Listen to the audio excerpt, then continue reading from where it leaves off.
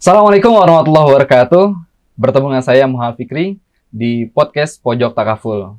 Bincang syariah, mantap berhijrah. Halo teman-teman semua, apa kabar? Semoga dalam keadaan sehat selalu ya. Jadi apa sih sebenarnya podcast Pojok Takaful?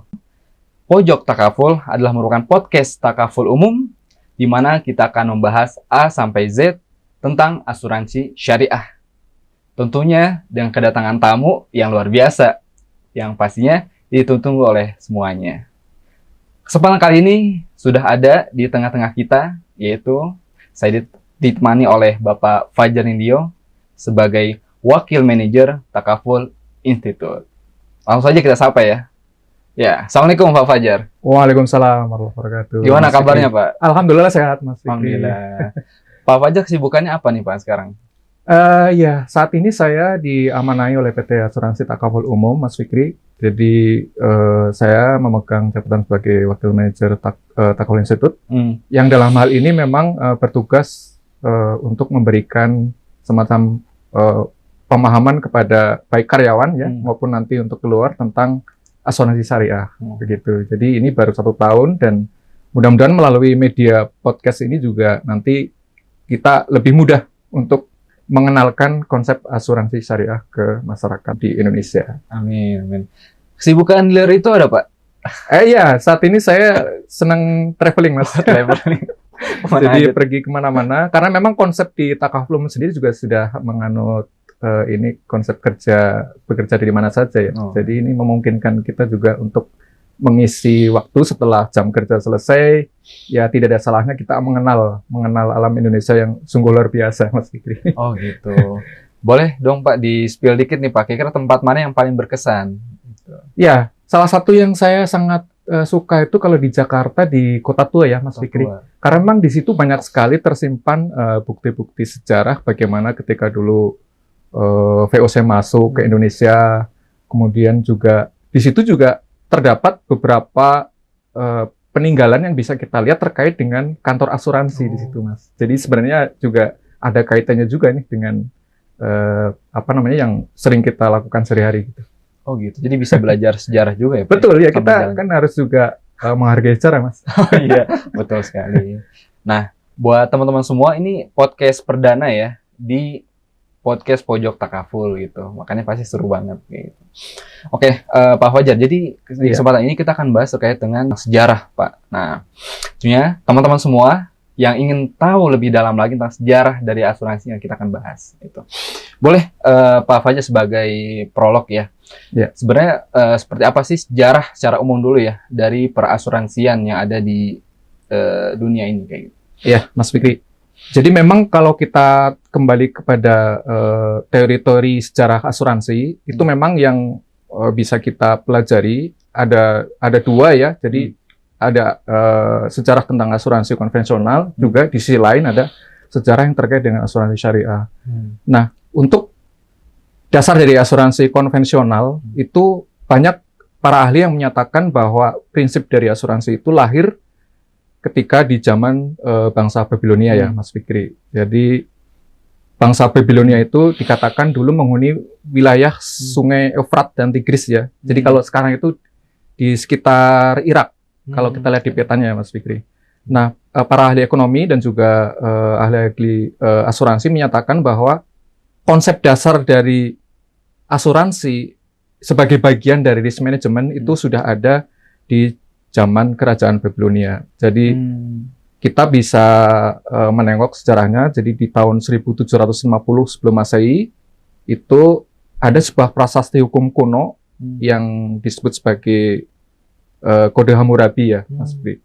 Kode Hammurabi itu adalah sebuah prasasti yang disusun oleh Raja Hammurabi.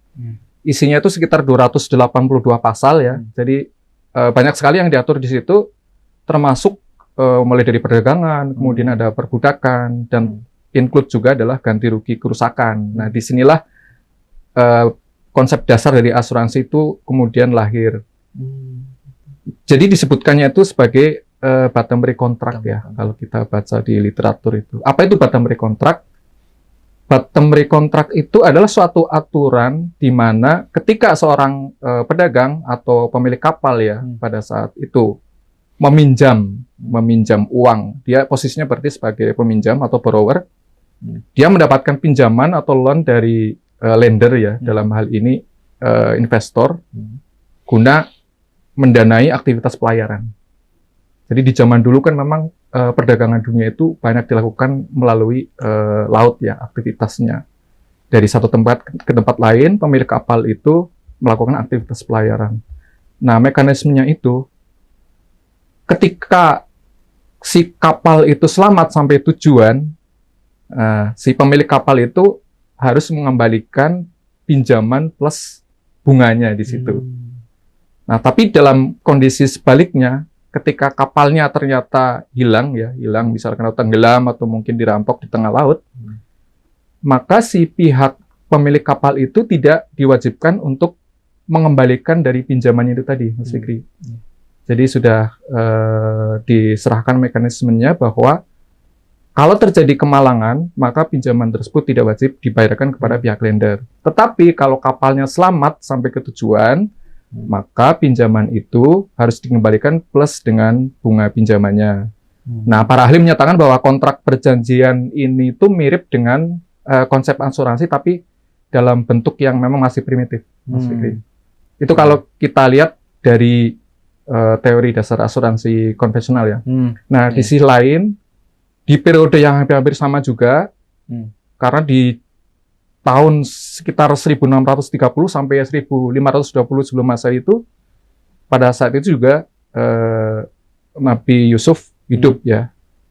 Nah, disebutkan di dalam Quran surat Yusuf, jadi surat ke-12, terutama di ayat 43 sampai 49 itu juga menjelaskan Mas Fikri tentang konsep risk management, tapi ini dari sisi kacamata Islam tentunya ya.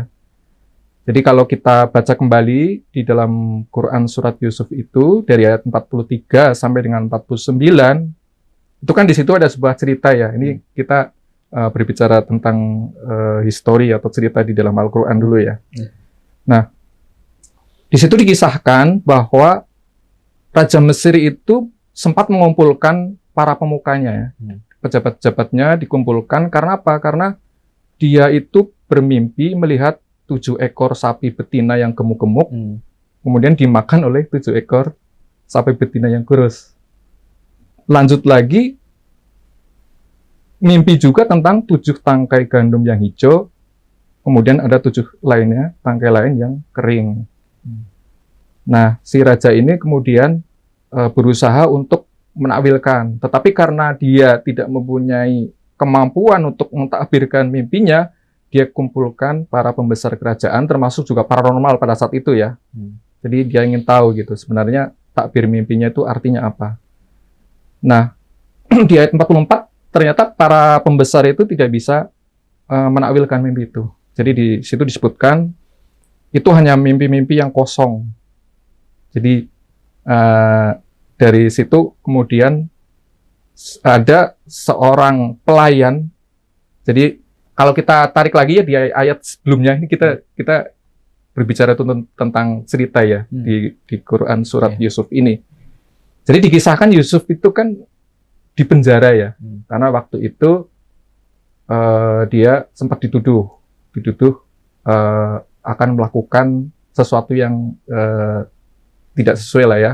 Jadi dengan salah satu istri pembesar dari Mesir itu, pejabat Mesir. Nah kemudian karena ternyata Nabi Yusuf lebih memilih di penjara dibanding bebas, itu kemudian di penjara itu Nabi Yusuf bertemu dengan 2 orang pelayan. Nah, si pelayan itu sempat menanyakan, karena mereka juga bermimpi sebelumnya si pelayan itu. Si pelayan pertama bermimpi bahwa dia akan menyediakan homar kepada raja. Kemudian pelayan kedua juga sama bermimpi, dia itu membawa roti, jadi roti di atas kepala, tapi ternyata rotinya itu dimakan oleh burung. Gitu. Ini cikal bakal kenapa Nabi Yusuf pada saat itu kemudian dikenal mampu untuk mentakbirkan mimpinya. Nah, karena memang benar Nabi Yusuf bisa mentakwilkan mimpi pelayan itu, ketika salah satu pelayan kemudian lolos, kemudian mendengar bahwa Raja Mesir itu ingin mengetahui arti mimpinya, maka kemudian si pelayan ini menawarkan diri kepada si raja.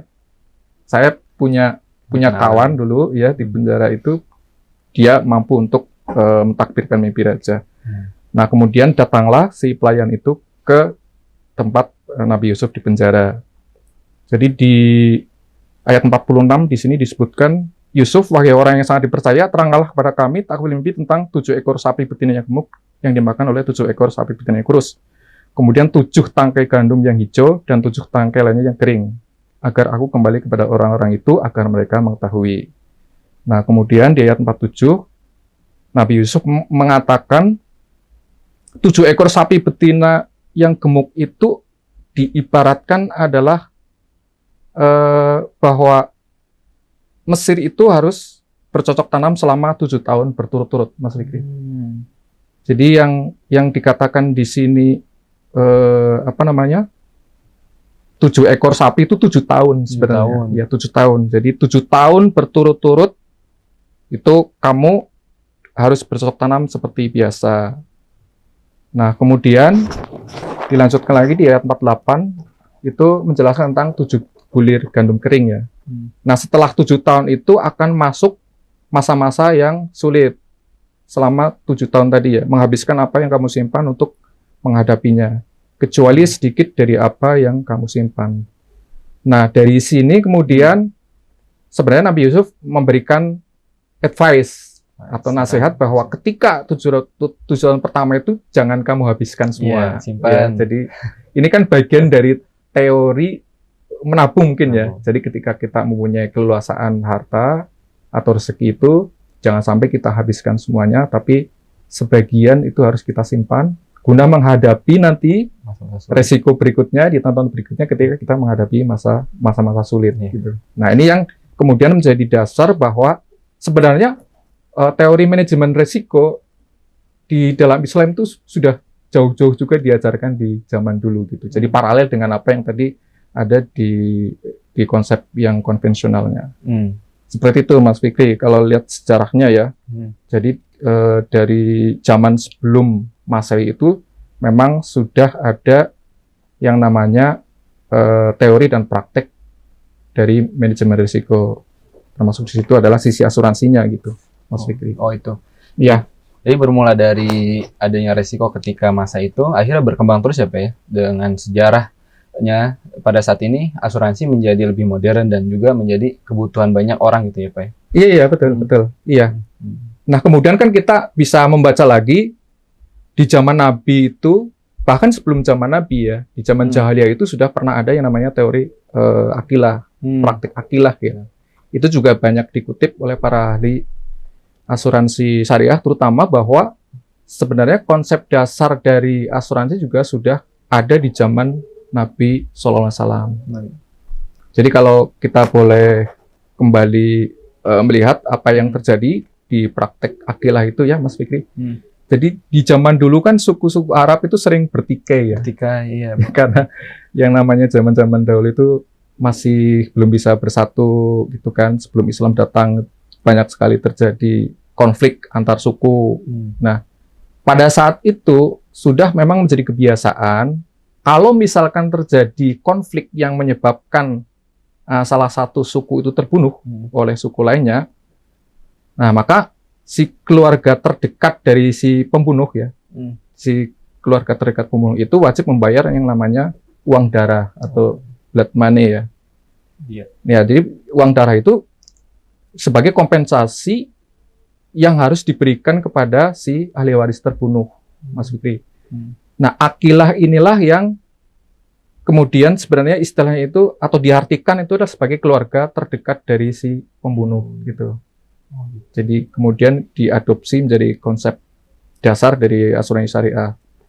Nah, menurut Dr. Muhammad Muhsin Khan, kata akilah itu sama artinya dengan asobah. Asobah kan kerabat gitu ya, hubungan kekerabatan. Nah, dengan demikian maka kalau kita lihat di konsep akilah ini,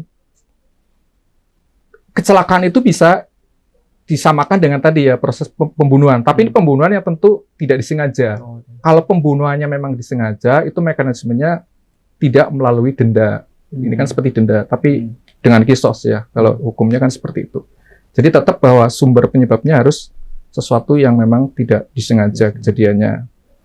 Nah, penggantian kepada si ahli waris korban ini yang sama dengan seperti ganti rugi kalau di asuransi Mas Fikri. Iya. Nah, kemudian kesiapan untuk membayar kompensasi itu nanti disamakan dengan premi atau kontribusi ya. Jadi konsepnya itu seperti itu gitu. Blood money atau tadi ya uang darah itu. Itu aturan yang terjadi sebelum Nabi Muhammad SAW ditunjuk ya, maksudnya diangkat sebagai Rasulullah ya. Ketika Rasulullah SAW diangkat menjadi Rasul, proses itu masih memang diadopsi, Mas Fikri. Kita bisa lihat dalam beberapa case, terutama ini yang case yang sering kita jadikan sebagai acuan itu adalah sebuah perselisihan dari dua wanita suku Husail. Ini sama ya, jadi antar suku itu kadang-kadang bertikai. Nah, kebetulan di contoh ini ada dua wanita tapi dari suku yang sama. Kita bisa baca di hadis riwayat Bukhari yang kira-kira artinya begini. Ada perselisihan dari dua orang wanita dari suku Husail, kemudian salah satu wanita itu melempar batu ke wanita yang lain, sehingga mengakibatkan kematian. Nah, kebetulan yang mati itu sedang mengandung, Mas Fikri. Oh iya. Jadi ada janin di kandungnya. Nah, kemudian si ahli waris si wanita yang terbunuh ini mengadukan kepada Rasulullah. Jadi bagaimana penyelesaian atas hal tersebut. Kemudian Rasulullah SAW memutuskan bahwa ada dua mekanisme ganti rugi. Karena di situ kan si wanita yang mengandung juga meninggal, janinnya juga meninggal. Jadi ada dua orang yang di situ ya.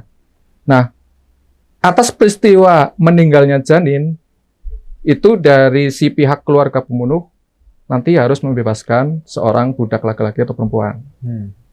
Nah, kemudian untuk yang kematian wanitanya ini yang sama tadi, mengadopsi dari praktek yang pernah terjadi sebelumnya, yaitu dengan uang darah atau diat yang dibayarkan oleh akilahnya atau kerabat dari si pembunuh itu. Nah, dengan demikian maka Rasulullah hanya istilahnya memodifikasi sedikit saja di situ, karena di sini ada dua peristiwa, ada yang bayi yang juga terbunuh, kemudian ada ibunya terbunuh, hanya ditambahkan di tadi yang komponen bayi yang terbunuh itu harus diganti dengan pembebasan budak. Tapi yang wanitanya terbunuh kan sama, masih mengadopsi dari praktek akilah yang sudah memang terjadi di zaman jahiliyah sebelum Nabi Muhammad SAW menjadi Rasul gitu. Gitu Mas Fikri. Memang sejarahnya sangat panjang ya Pak ya. Iya betul. Jadi pertanyaan saya Pak, untuk bisa lebih dalam lagi ya, ketika itu untuk ukuran ya, ukuran dari ganti rugi atau mungkin apa namanya yang dibayarkan itu Pak, itu apa Pak ketika masa itu ya? Misalnya ada kerugian, terus ukurannya itu apa gitu, agar kerugian tersebut itu bisa terbayarkan gitu. Iya. Kalau soal nilainya tuh memang saya sampai saat ini belum mengetahui ya secara persisnya gitu ya. Apakah akan dihitung misalkan dengan konvensi berapa berat emas misalkan, atau itu belum ketahuan. Nanti mungkin Mas Fikri bisa mempelajarinya lah. Ya, teman-teman juga bisa komen di ini ya, di YouTube Takaful ya. Nah, selanjutnya di Konstitusi Madinah ya, ketika Rasulullah juga berhijrah itu juga kemudian masih dipakai juga konsep akilah ini ya. Jadi mirip juga sama ketika ada ahli waris korban itu istilahnya ingin mendapatkan ganti rugi, itu memang ada disebutkan di pasal Konstitusi Madinah. Dan ini berlaku untuk semua kabilah ya di situ ya. Jadi kaum pendatang Quraisy harus bertanggung jawab atas ucapannya dan harus membayar uang darah dalam sistem kerjasama yang setara. Jadi semua kabilah mulai dari Bani Auf, Bani Harits dan lain-lain itu harus mengikuti ketentuan yang memang diatur di dalam Konstitusi Madinah ini. Nah, terus ketika dalam situasi peperangan misalkan, kan ada tawanan mungkin ya, Tawanan. tawanan muslim gitu yang ditawan oleh pihak musuh, itu juga berlaku ketentuan yang sama. Jadi pihak si keluarga ini harus menyediakan uang tebusan untuk membebaskan tawanan itu dari pihak musuh. Konsep ini kan seperti mirip-mirip juga dengan asuransi sosial ya, model seperti itu. Nah, kemudian di Konstitusi Madinah juga yang terakhir ada disebutkan bahwa di antara masyarakat Madinah itu harus bertanggung jawab untuk mempertahankan dan memelihara hubungan baik dengan sesama dalam kerangka saling pengertian melalui penyediaan bantuan dan pertolongan bagi kaum miskin yang membutuhkan. Ini juga sama konsepnya seperti asuransi sosial. Nah, begitu Mas Riki. Jadi kalau di Khasanah Islam itu memang sudah ada juga konsep tentang asuransi seperti halnya yang ada di asuransi konvensional. Kayak gitu. Iya. Artinya memang yang namanya rasa saling penanggungan, rasa saling bisa memberikan sebuah perlindungan satu sama lain udah dari Iya, itu ya, Pak. sudah ada. Tertanamkan dengan dalam gitu ya. Iya, betul. Kan memang yang namanya manusia itu punya insting untuk saling bisa menjaga ininya ya, maksudnya kepentingannya masing-masing, jiwa maupun hartanya gitu. Iya. Inggrisnya kan college, ya, sekolah ya, college itu saling berkumpul. Setiap anggotanya terhadap biaya penguburan. Jadi ketika meninggal